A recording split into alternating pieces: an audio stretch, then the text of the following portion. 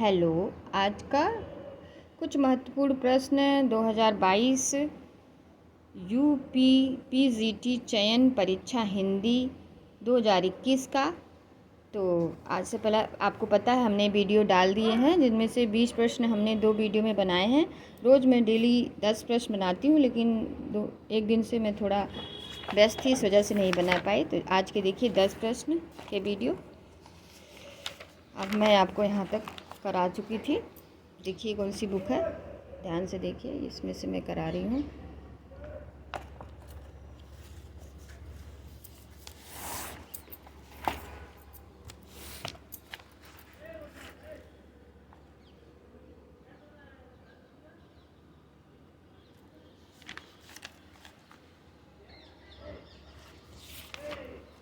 देखिए यहाँ तक हो गया है।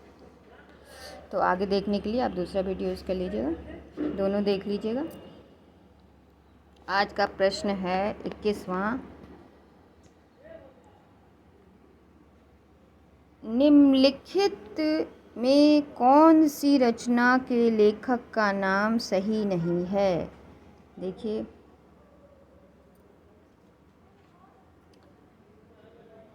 जुलूस रुका है विवेकी राय का है, ये सही है। शिखरों के सेतु शिव प्रसाद सिंह का सही है। शिखरों की सेतु किसकी? शिव प्रसाद सिंह का। तुम चंदन हम पानी विद्यानिवास मिश्र का है, यह भी आपको पता होगा। सदाचार का ताबीज श्रीलाल शुक्ल का नहीं है।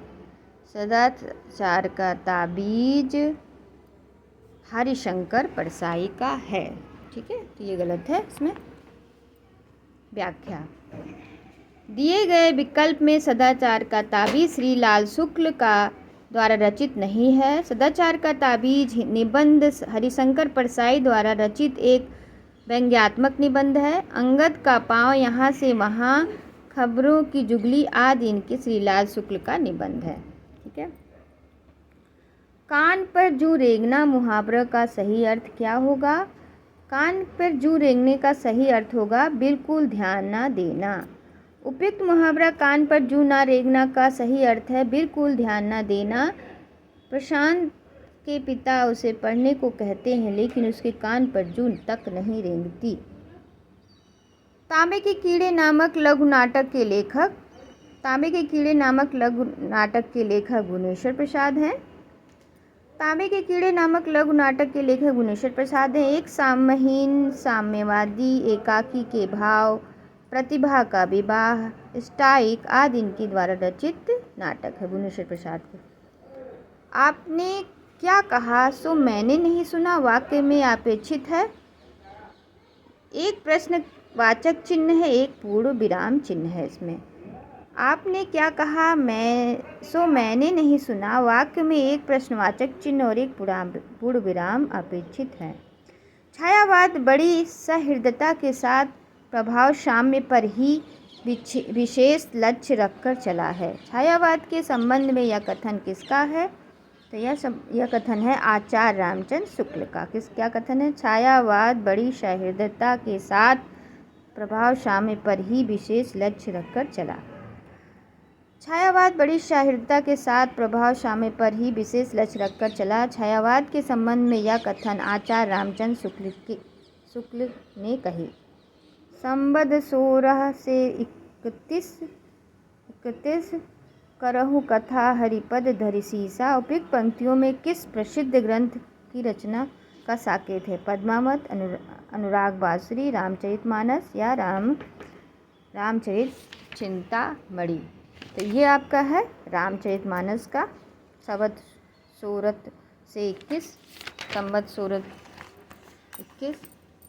रामचरितमानस की रचना काल के बारे में तुलसी जी ने लिखा। संबंध 16 और 31 करहु कथा हरिपद धरि सीसा।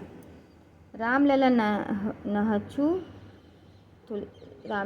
तुलसीदास का है। बैराज्य बसंदीपी तुलसीदास का है। बैराग रामायण तुलसीदास का। दोहली तुलसीदास का है।